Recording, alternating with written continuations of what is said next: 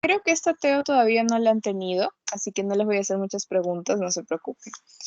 En primer lugar, nosotros tenemos que definir qué cosas son las heridas y generalmente las heridas van a constituir una solución de continuidad en lo que es la cubierta cutánea, es decir, cualquier tipo de trauma que vaya a dañar o lesionar la piel. Y recuerden que la piel es el órgano más grande de nuestro cuerpo que no solamente va a tener una función estética, sino que también va a tener una función protectora y una función inmunológica, como revisamos cuando vimos el tema de quemaduras.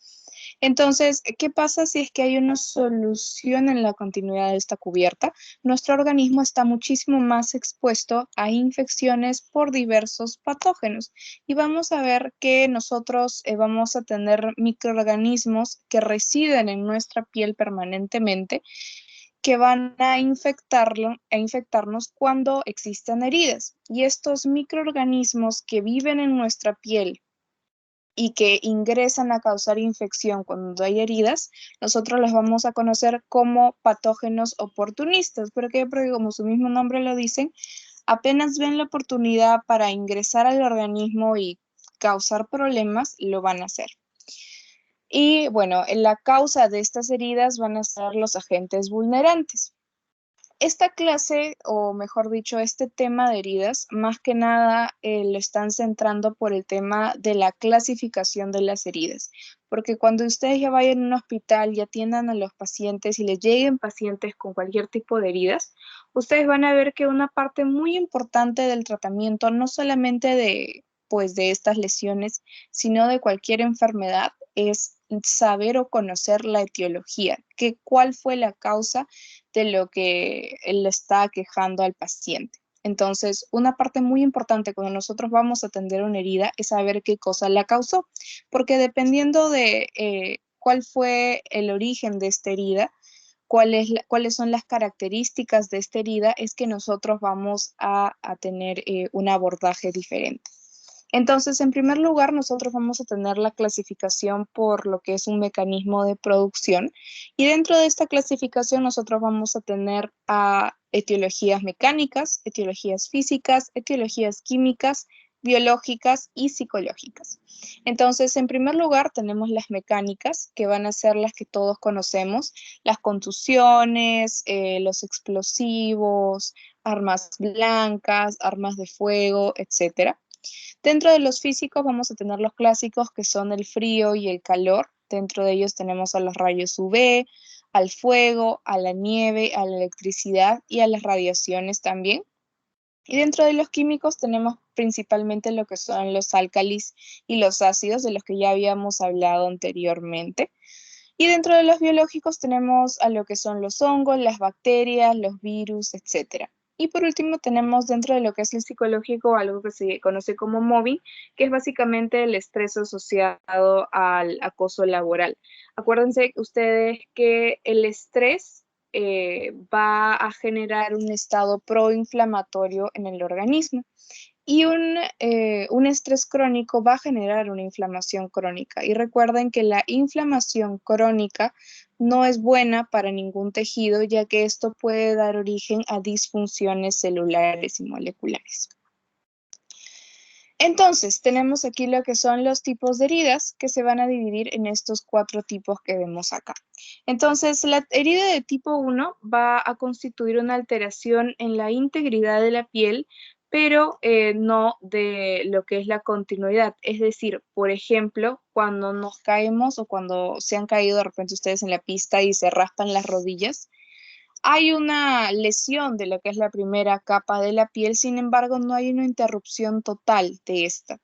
Este tipo de heridas va a ser bastante dolorosa, va a haber un edema bastante pronunciado, un eritema, un enrojecimiento, y este tipo de heridas son las que se van a infectar con mayor facilidad. Dentro de las heridas de tipo 2, aquí ya hay una solución de la continuidad. Aquí se está afectando no solamente la primera capa de la piel, que es la epidermis, sino también la dermis. Y aquí lo que lo va a caracterizar es que si bien hay una abrasión similar a la que observamos en una herida tipo 1, en una herida tipo 2 ya vamos a poder observar lo que se conoce como tejido de granulación, que son como estas pequeñas burbujitas que se observan dentro de la herida, son como pequeñas bolitas.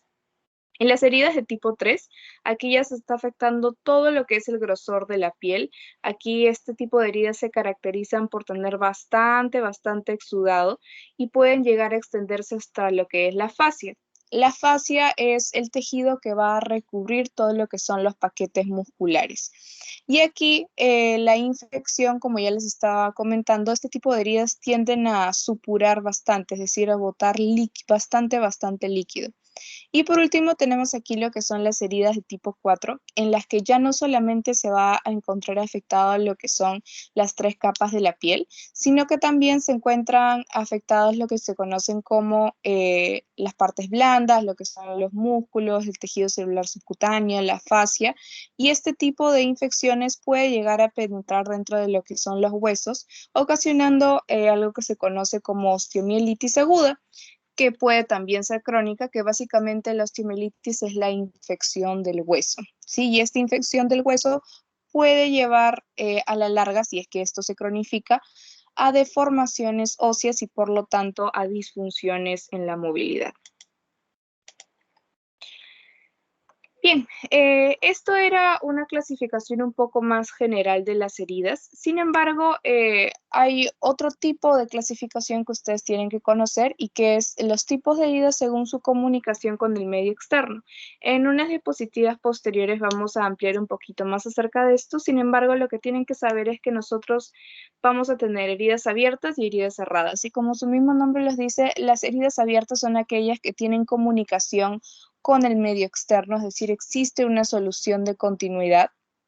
En cambio, las heridas cerradas van a ser aquellas en las que no existe comunicación con el medio externo y estas generalmente van a ser por contusiones, por impacto con objetos pesados, pueden también ser manifestarse como abrasiones, hematomas, y también está aquí lo que se conoce, la típica hemorragia interna abdominal, que viene como consecuencia de generalmente accidentes de alta energía, como por ejemplo accidentes de tránsito, accidentes de moto. Y dentro de las heridas abiertas, nosotros vamos a clasificarlas por su mecanismo, por su profundidad y por la cantidad de detritos o cuerpos extraños presentes en la lesión. Y esto sí, prestenle bastante atención porque a los doctores les encanta preguntar acerca de clasificaciones. Entonces, esta es muy importante porque esta es una clásica. Dentro del mecanismo de heridas abiertas, nosotros vamos a tener 4: las heridas cortantes, las heridas contusas, las heridas punzantes y las erosiones o abrasiones. Dentro de la profundidad vamos a tener las heridas superficiales y las profundas, y dentro de la cantidad de detritus o cuerpos extraños vamos a tener heridas limpias contaminadas, las heridas contaminadas y las heridas que ya se encuentran infectadas. Dentro de lo que es por el mecanismo, nosotros tenemos aquí un cuadro que nos está graficando de manera bastante clara cuáles son las características de los diversos tipos de heridas según su mecanismo. Heridas abiertas, ojo. Dentro de lo que son las heridas punzantes, estas pueden ser ocasionadas ya sea por una aguja o por, como lo ven acá, por un destornillador. Van a ser heridas que van a tener, desde fuera se van a observar como lesiones de un diámetro bastante reducido, sin embargo, son de gran profundidad, ¿sí? Estas van a sangrar no tanto en la superficie, o sea, no tanto hacia afuera, sino que el sangrado se va a concentrar más en lo que son los tejidos profundos, en las partes profundas de la piel, y estas son heridas que van a tener un grave riesgo de infección. Por otro lado, vamos a tener las heridas cortantes, que generalmente son hechas con armas blancas como cuchillos. Estas van a ser heridas que son bastante grandes en su longitud y que también pueden llegar a ser profundas dependiendo de la situación en la que hayan sido hechas. Estas generalmente van a tener bordes limpios. ¿A qué se refieren con bordes limpios? Son bordes bien definidos, a diferencia de las heridas contusas, que generalmente son realizadas con objetos romos por encima de superficies óseas, como por ejemplo cuando una persona la golpean con un bate en la ceja, ¿no? O una persona se cae, se golpea la frente y se abre la ceja, ¿no? Es un objeto romo, un objeto contuso que ha golpeado la piel, que está sobre un plano óseo se encuentra bastante superficial. Aquí, a diferencia de las heridas cortantes, los bordes no son tan limpios, no son tan definidos, son bastante irregulares. Hay un hematoma, o bueno, mejor dicho, una tumefacción, un eritema bastante marcado que no nos deja dilucidar bien cuáles son o cuál es el tamaño real de la herida. Y por último tenemos las heridas erosivas o abrasivas, que básicamente son raspones y que, como se van a dar cuenta, no son heridas muy profundas. Generalmente solamente van a afectar lo que es la epidermis, la primera capa de la piel. Sin embargo, son heridas que sí corren bastante riesgo de ser infectadas, tanto o más de lo que están las heridas punzantes. De todas estas heridas, chicos, según lo que ustedes están viendo, ¿cuál creen que es el tipo de herida que ustedes deberían suturar o intentar cerrar con suturas? ¿Qué opinan? La punzante. La cortante. Ya. Claro, sería la cortante, porque como estamos diciendo, las heridas cortantes generalmente, o bueno, tienden a tener mayor longitud. Y como ustedes se pueden fijar en la imagen, las heridas punzantes, si bien tienen una profundidad bastante grande, el diámetro externo es bastante pequeño. Y generalmente este tipo de heridas nosotros las vamos a dejar que cierren por segunda intención, que básicamente por segunda intención es que nos referimos a que cierre solito. Cuando ustedes ya más adelante hablan de lo que es coagulación, reparación de tejidos, etcétera, ustedes les van a hablar de heridas que cierran por primera intención y heridas que cierran por segunda intención. Las que cuando les dicen que una herida está siendo cerrada por primera intención, quiere decir que esta herida la están cerrando con suturas, ¿sí? Y cuando les dicen que esta herida está cerrando por segunda intención, quiere decir que esta herida la están dejando ahí para que cierre solita, así como cerraría cualquier herida que nosotros nos hacemos en nuestra casa y le dejamos ahí que cicatrice sola. Entonces tengan también esos conceptos presentes. Y claro, la que nosotros vamos a intentar suturar o cerrar van a ser las heridas cortantes porque son las que tienen mayor longitud. Como les estaba diciendo, las heridas contusas no se cierran con suturas. ¿Por qué? Porque en primer lugar, nosotros, como les estaba mencionando, hay bastante quimosis, bastante inflamación, el tejido está bastante edematoso alrededor de esta lesión y por lo tanto no nos va a dejar ver bien cuáles son los límites exactos de la herida y por lo tanto si nosotros no podemos ver los límites exactos, no podemos saber dónde suturar, dónde realizar el punto de sutura.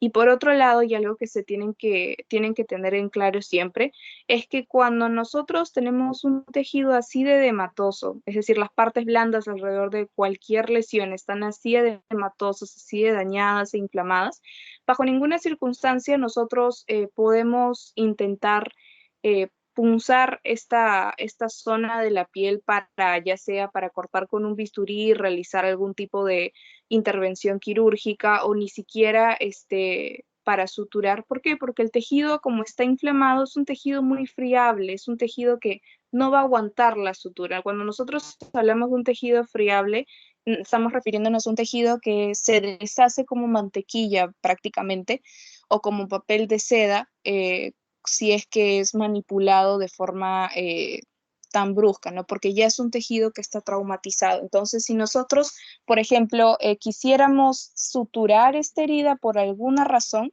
tendríamos que esperar a que estas partes blandas que lo rodean, es decir, toda este quimosis, toda esta tumefacción, todo este enrojecimiento e inflamación, bajen, se reduzcan, para nosotros recién ahí evaluar si es que verdaderamente es necesaria una sutura o no. Y obviamente las heridas erosivas, al ser heridas bastante superficiales, no van a necesitar una sutura. Aquí también tenemos otros tipos, mejor dicho, de heridas abiertas, que también son muy importantes. Primero tenemos lo que son las heridas abulsivas. Las heridas por abulsión o también conocidas por arrancamiento son aquellas heridas en las que una fuerza traumática, cualquier tipo de fuerza, va a arrancar un pedazo del tejido de forma brusca y este arrancamiento puede ser ya sea parcial o total, pero lo arranca. Es algo bastante traumático, como por ejemplo, cada vez que ustedes piensan en una herida por abulsión, piensen en la mordida de un perro, ¿sí? La mordida de un perro que muerde y saca al momento de retirarse un trozo del tejido. Esa es una herida por abulsión. Por otro lado, nosotros tenemos lo que son las heridas por colgajo. Las heridas por colgajo, como su mismo nombre lo dice, se van a dar cuando una fuerza es aplicada de manera tangencial a la piel, es decir, aquí está nuestra piel y la fuerza, bueno, imagínense un cuchillo viene así, y como está o viene de forma tangencial, va a cortar la piel y la va a abrir como si fuera un pan, si la va a dejar un trozo así colgando como si fuera una jamonada. Esas son las heridas por colgajo, porque dejan un trozo del tejido colgando. Un tipo de herida por colgajo, un subtipo, mejor dicho, vendría a ser las heridas que nosotros conocemos como de Glovin, ¿sí? Este tipo de heridas, ¿cuáles son? Por ejemplo, eh, bueno, el de Glovin es porque es como un guante. Es, por ejemplo, cuando hay algún tipo, no sé, pues una persona que trabaja en alguna fábrica mete su mano en alguna máquina y se queda atascada y cuando la saca, se corta la piel de tal manera que toda la piel de la mano se corre y deja todo este tejido expuesto y toda la piel termina arrugada acá como un guante. Por eso este tipo de herida se llama de Glovin y sería un ejemplo de una herida por colgajo. Entonces, acuérdense, las heridas por colgajo se dan cuando una parte del tejido queda colgando, es decir, todavía está conectada al resto del cuerpo y esta ha sido ocasionada por una fuerza tangencial que actúa sobre la piel. En el caso de las heridas por abulsión, son heridas en las que hay un arrancamiento brusco de una parte del tejido, ¿sí? Colgajo es que algo queda colgando por una fuerza tangencial y abulsión es que una parte es arrancada de forma traumática. Acá la palabra clave en la definición de abulsión es un arrancamiento traumático. Por otro lado, tenemos lo que son las heridas por amputación, que creo que no hay más que explicar, su mismo nombre lo dice. Y por último, tenemos las heridas por aplastamiento o atricción, ¿sí? Tanto aplastamiento y atricción son los nombres que se le otorga a este tipo de lesión. Y como pueden ver, también no hay nada más que explicar. Ahora, algo muy importante de esto y que caracteriza a estos dos tipos de lesiones es que nosotros cuando encontremos este tipo de pacientes, nosotros ya hemos hablado de cuáles son las medidas generales que debemos tomar frente a un paciente que tiene una hemorragia. Entonces, ¿cuál de estas medidas, presión sobre la arteria, elevación del miembro, etcétera, creen que nosotros deberíamos aplicar tanto en pacientes que tienen una herida por amputación y una herida por aplastamiento? Presión sobre la arteria. ¿Perdón? Presión sobre la arteria. ¿Ya? ¿Alguien tiene alguna otra opinión? ¿Haría alguna Torniquete. otra cosa? Ya, perfecto. Si bien nosotros siempre hemos dicho que el torniquete va a ser la última cosa que nosotros hagamos, la última medida que tomemos, aquí va a aplicar muchísimo, chicos, lo que es su criterio clínico y también el hecho de que del razonamiento, ¿no? De que nosotros poder evaluar al paciente y según el estado en el que se encuentra, tomar una decisión. A pesar de todos los protocolos que existan, acuérdense siempre que el estado del paciente es lo que va a mandar y lo que nos va a dar la dirección de cuál es el procedimiento que nosotros vayamos a seguir. Entonces, generalmente nosotros siempre dejaríamos los torniquetes para el final. Y como mencionó su compañero, primero hacemos presión sobre la herida, luego si es que no funciona le damos el miembro y si no, hacemos presión sobre la arteria. Sin embargo, según lo que nos dicen todas las guías, es que nosotros, o bueno, los únicos escenarios en los que nosotros vamos a colocar un torniquete como primera medida va a ser en aquellos pacientes que han sido víctimas de una amputación, como ven acá, o de un miembro que ha estado aplastado por más de 30 minutos. Entonces, esos son los dos únicos escenarios en los que ustedes van a colocar un torniquete para parar la hemorragia como primera medida. ¿Sí? Acuérdense de eso, por favor. El resto sí siguen la línea que nosotros siempre hemos revisado y que ya les mencioné. Ahora tenemos aquí lo que son las heridas por profundidad. Tenemos las heridas superficiales en las que solamente se afecta lo que son la piel y todo lo que son los planos cutáneos. Como por ejemplo tenemos acá una equimosis en el ojo, una equimosis periorbitaria. Y eso es algo que también les recomiendo aprender, cómo describir las heridas, porque como les había mencionado, las características son las que van a determinar cuál va a ser el procedimiento a seguir, ¿sí?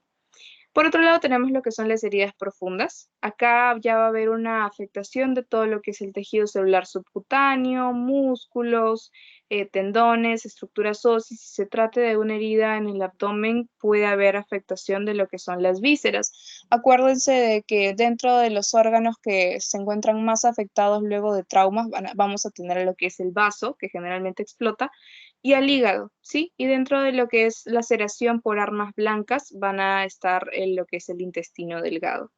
Y esto es un problema porque por el intestino pasan las heces. Entonces, ¿qué pasa si se perfora el intestino? Las heces se derraman por todo lo que es la cavidad abdominal y puede haber una peritonitis y el paciente va a puede fallecer por un shock séptico si es que no se le atiende de manera adecuada.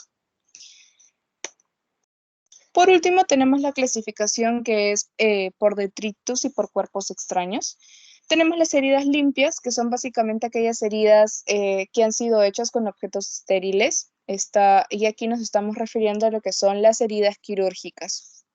Luego tenemos lo que son las heridas limpias contaminadas. Este tipo de heridas han sido realizadas en un medio estéril, puede ser un quirófano, pero con un objeto o con un elemento que está contaminado. Por ejemplo, no desinfectamos, no esterilizamos bien el bisturí que vamos a utilizar o los guantes los contaminamos antes de tocar al paciente. Entonces, si bien el medio en el que se encuentra el paciente es estéril, la herida ya no lo va a hacer porque no hemos seguido adecuadamente todos los protocolos de esterilización que debemos seguir.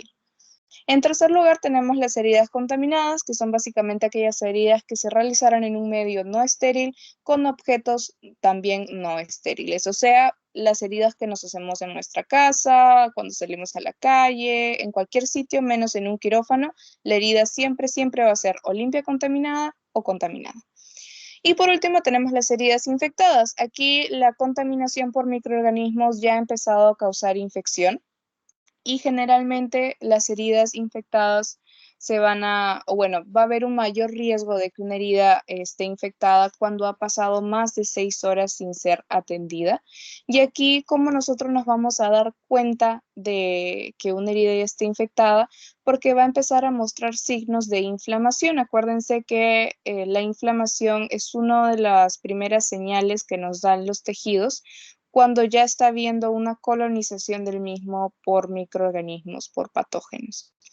Y algo que tenemos, o algo que es bastante característico de la inflamación, va a ser el enrojecimiento y el dolor en la zona. Entonces, estén muy atentos a eso si es que, por ejemplo, tienen un paciente que les llegó con una herida de arma blanca y al día siguiente van a revisarlo, tiene fiebre, les duele bastante la zona a pesar de que está con antiinflamatorios, con analgésicos, y cuando lo revisan, toda la herida, todo alrededor de la herida está enrojecido, está duro, está tumefacto, edematoso, y esto es algo que se conoce como signos de flogosis. Los signos de flogosis son aquellos signos de inflamación, y eso nos indica que esta herida ya se está infectando.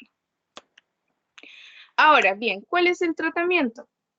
Esto es la lista de cosas que tienen que hacer que les dicen en su teoría, y algo que a mí sí me gustaría resaltar en lugar de leerles toda la lista es que un paso muy, muy, muy importante de lo que viene a ser el tratamiento de heridas es la desinfección, no solamente del paciente, sino que también de nosotros mismos, porque nosotros como personal de salud que estamos yendo de un lado a otro, de un paciente a otro, somos portadores de muchísimos gérmenes y de muchísimas enfermedades que podemos contagiar a los pacientes. Es decir, nosotros en un ambiente hospitalario podemos funcionar o hacer la función o las veces de un vector. ¿Qué cosa es un vector? Es aquel agente, ya sea biológico o físico, que va a aportar una enfermedad o algún agente infeccioso. Entonces, nunca se olviden, por favor, de esto. ¿Por qué? Porque la herida de su paciente puede infectarse y no por culpa del paciente, sino por culpa de nosotros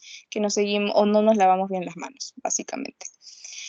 Algo que también es importante es la desinfección de la herida. Generalmente las heridas se van a lavar con lo que es el suero salino, el cloruro de sodio, y este es un paso muy importante, no solamente para evitar infecciones, sino también para poder despejar la zona de la herida, porque a ustedes les van a llegar pacientes, por ejemplo, con cualquier tipo de herida, y estas heridas sangran, entonces la sangre mancha toda la zona, no nos deja observar bien la herida, no nos deja observar bien sus características, y por lo tanto, de repente, si es que no lavamos la zona adecuadamente, no vamos a tomar la decisión terapéutica adecuada.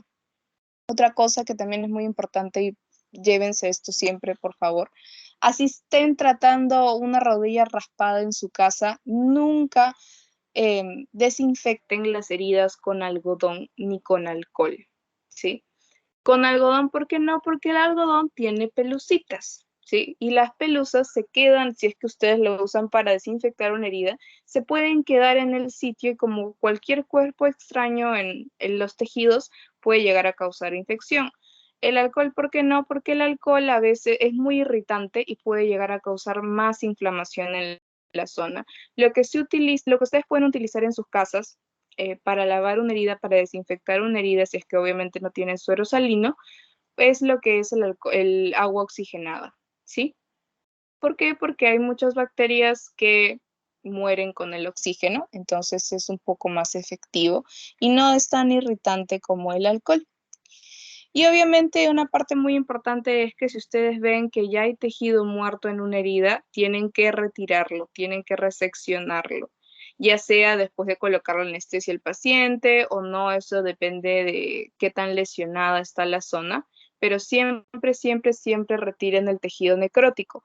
Por ejemplo, en el caso de que estén atendiendo a un paciente con una fractura expuesta en la que ven ya el hueso saliendo de la zona y quieren entrar a operar, lo primero que tienen que hacer antes de ustedes poner, por ejemplo, la fractura en su sitio y poder suturar toda esa herida y cerrarla, lo que tienen que hacer es quitar todo ese hueso que está expuesto, porque generalmente ese hueso que está expuesto ha pasado mucho tiempo sin vascularización. Entonces, si lo ven súper amarillo, ya es un hueso que está básicamente muerto. Y si lo vuelven a poner, a pesar de que hayan limpiado toda la herida, hayan suturado bien bonito, se les va a volver a infectar y va a ser todo un problema.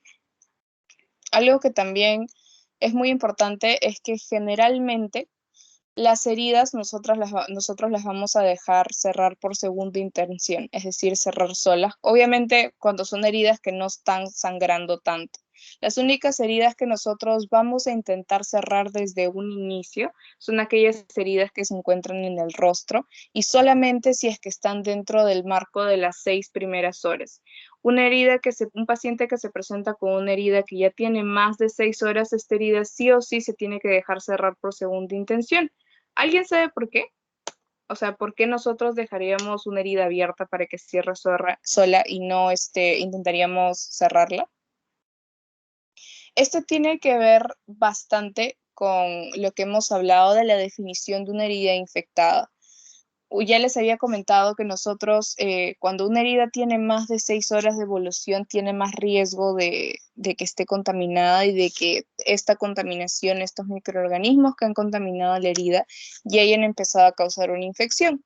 Entonces, si hay un montón de patógenos dentro de esta herida tiene, por ejemplo, 10 horas y ya vemos que hay signos de infección, nosotros no podemos cerrar esa zona con una sutura. ¿Por qué? Porque si la cerramos con una sutura, aparte de que muy probablemente la sutura no agarre porque el tejido está muy inflamado, estaríamos atrapando todos estas bacterias dentro de la herida y por lo tanto sería como estar abrigándolas y estar ayudándolas a que crezcan y se sigan reproduciendo más y por lo tanto se metan más adentro y colonicen tejidos más profundos y causen una infección más fulminante. Entonces, generalmente, cuando son heridas de más de 6 horas de evolución, nosotros no vamos a cerrarlas por primera intención, es decir, con suturas, sino vamos a dejarlas que cierren por segunda intención, porque como ya les dije, hay muchas bacterias que causan infecciones cutáneas que van a ser intolerantes al oxígeno, que mueren con el oxígeno. ¿Sí? Por eso de repente van a haber artículos en los que en pacientes que tienen infecciones cutáneas bastante severas, los ponen en lo que es la cámara hiperbárica, que es básicamente una cámara en la que hay oxígeno puro. Ahora hablando de lo que son lo que nosotros utilizamos para limpiar las heridas, ya les había hablado de que generalmente se utiliza lo que es el suero salino o el cloruro de sodio. También vamos a utilizar lo que es la iodopovidona, ¿sí? Y la clorhexidina. Eso también, este cuadro se los pongo porque eso también ha venido en preguntas de años pasados. Y acuérdense siempre que la clorhexidina va a ser un derivado de las biguanidas y que los yodados, es decir, por ejemplo, la iodopovidona, es un derivado de los halogenados. Sí, acuérdense, el yodo, los yodados es de los halogenados y la clorhexidina es de la biguanida. Los demás, si quieren, también apréndanselos, pero estos dos son los más importantes porque son los que más utilizamos. Clorhexidina de las biguanidas y yodados de los halogenados. Esto también, este cuadro es muy importante porque este es un cuadro en el que nos va, que nos va a ayudar a determinar si es que un paciente que viene con una herida va a requerir de una dosis de vacuna antitetánica o no. Entonces, ¿cómo nosotros vamos a determinar esto? Simple. En primer lugar, tenemos que ver si es que es una herida limpia o si es otro tipo de heridas. Obviamente, como ya hemos hablado, los pacientes generalmente nos van a llegar con otras heridas, es decir, heridas contaminadas, porque una herida limpia, como ya hemos visto, es una herida que se va a causar en un ambiente quirúrgico con objetos estériles y esto casi nunca pasa, ¿no? Los pacientes que nosotros vamos a ver en emergencia son aquellos que vienen con heridas contaminadas, es decir, caen en esta clasificación, pero siempre es bueno aprenderse ambas.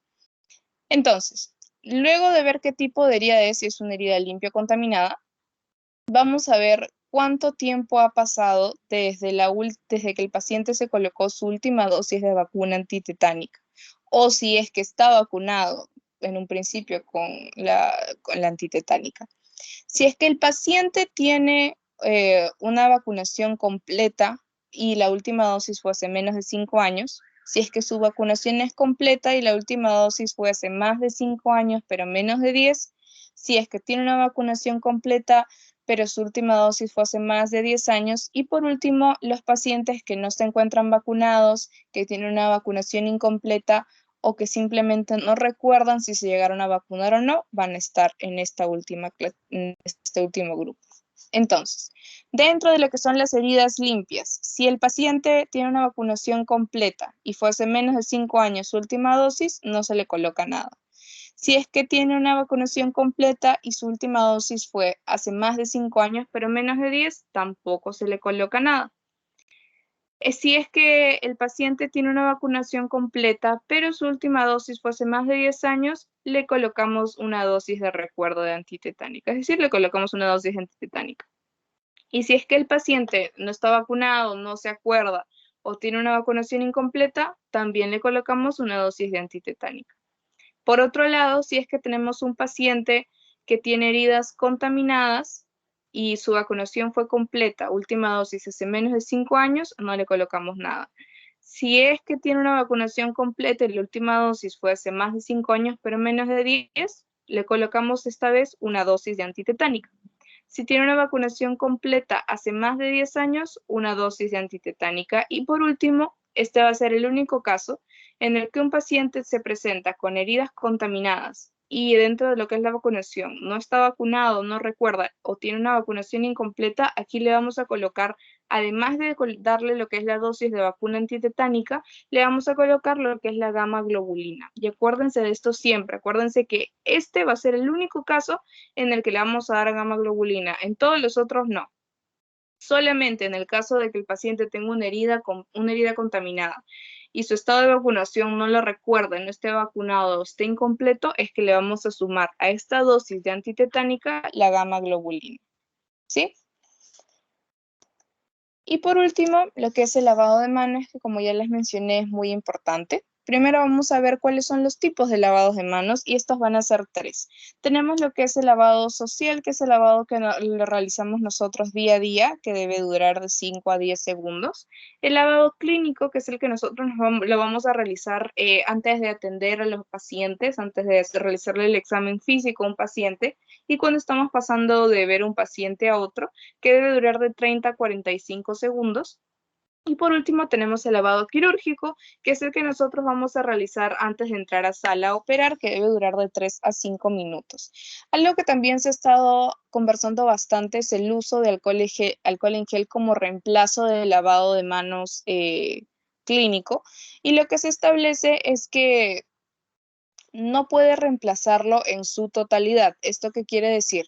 Que, por ejemplo, nosotros llegamos al hospital, vamos a atender al paciente y acá vamos a ver que dentro de la atención del paciente deben haber 5 momentos de lavado de manos. Entonces, en lugar de que estos 5 momentos de lavado de manos sea con agua y jabón, el primero nos dicen que sí o sí tiene que ser el lavado clínico con agua y jabón 30 a 45 segundos. Y que los 3 lavados que le siguen a este pueden ser realizados con alcohol en gel igual de 30 a 45 segundos. Y el último lavado, que es el quinto, también tendría que volver a hacer un lavado clínico con agua y jabón. Es decir, podemos realizar 3 lavados con alcohol en gel luego de, como máximo, luego de habernos lavado con agua y jabón. Ahora, dentro de lo que es la atención al paciente, y esto también les preguntan en epidemiología, si no me equivoco, es muy importante saber cuáles son los momentos en los que nosotros nos tenemos que lavar. Entonces, son 5 momentos en total. El primero es antes de entrar en contacto directo con el paciente. El segundo va a ser antes de realizar algún tipo de tarea limpia o aséptica. El tercero es después de que nos hayamos expuesto a fluidos corporales, por ejemplo, cuando estamos revisando la bolsa de orina del paciente para ver lo que es la diuresis horaria o diuresis en 24 horas. El cuarto momento es después de haber tenido el contacto con el paciente y el quinto momento es después de haber dejado el entorno del paciente. Y estos 5 momentos, como les menciono, son muy importantes. Antes se creía que estos 5 lavados debían ser con agua y con jabón, pero ahora último se dice que puede ser el primero y el último con agua con jabón y estos 3 de en medio con lo que es el alcohol en gel, el mismo tiempo, 30 a 45 segundos. Algo que también les mencionan en su teoría es el porcentaje de lo que es la flora transitoria y la flora residente. Como yo les estaba comentando, la flora residente va a ser aquellos microorganismos que viven de manera permanente en nuestra piel y que van a constituir un 20% de nuestra flora total. Estos microorganismos de la flora residente van a tener una baja virulencia. ¿Esto qué quiere decir? Van a tener una baja probabilidad de causarnos infecciones, de causarnos enfermedades, a diferencia de la flora transitoria. La flora transitoria va a conformar el 80% de la flora total de todo nuestro cuerpo. Y esta flora transitoria va a depender de los lugares en los que nosotros vayamos, de la gente con la que nosotros tengamos contacto. Y cada uno de estos objetos, de estas personas, nos van a dar un poco de su flora. Y por lo tanto, pues esta es la razón por la que se conoce como flora transitoria, porque está cambiando constantemente, a diferencia de la flora residente que siempre va a ser lo mismo. Y algo muy importante es que la flora transitoria va a tener una alta virulencia, es decir, la flora transitoria va a ser la responsable de causar en la mayoría de casos infecciones, ¿sí? Entonces la flora residente es el 20% y tiene una baja virulencia, es decir, una baja probabilidad de causar infecciones, y la flora transitoria es el 80% y va a tener una alta virulencia, es decir, va a tener una probabilidad bastante alta de causarnos infecciones. Y bueno, este cuadrito se los dejo. En este les explican paso a paso cómo es el lavado de manos correcto. Lo pueden utilizar ya sea durante el lavado social o el lavado clínico o también el lavado quirúrgico, aunque el lavado quirúrgico no solamente va a involucrar las manos, sino que también va a involucrar hasta los antebrazos y los codos. Y bueno, chicos, eso es todo. Quisiera saber si tienen alguna pregunta antes de ponerles el pasito.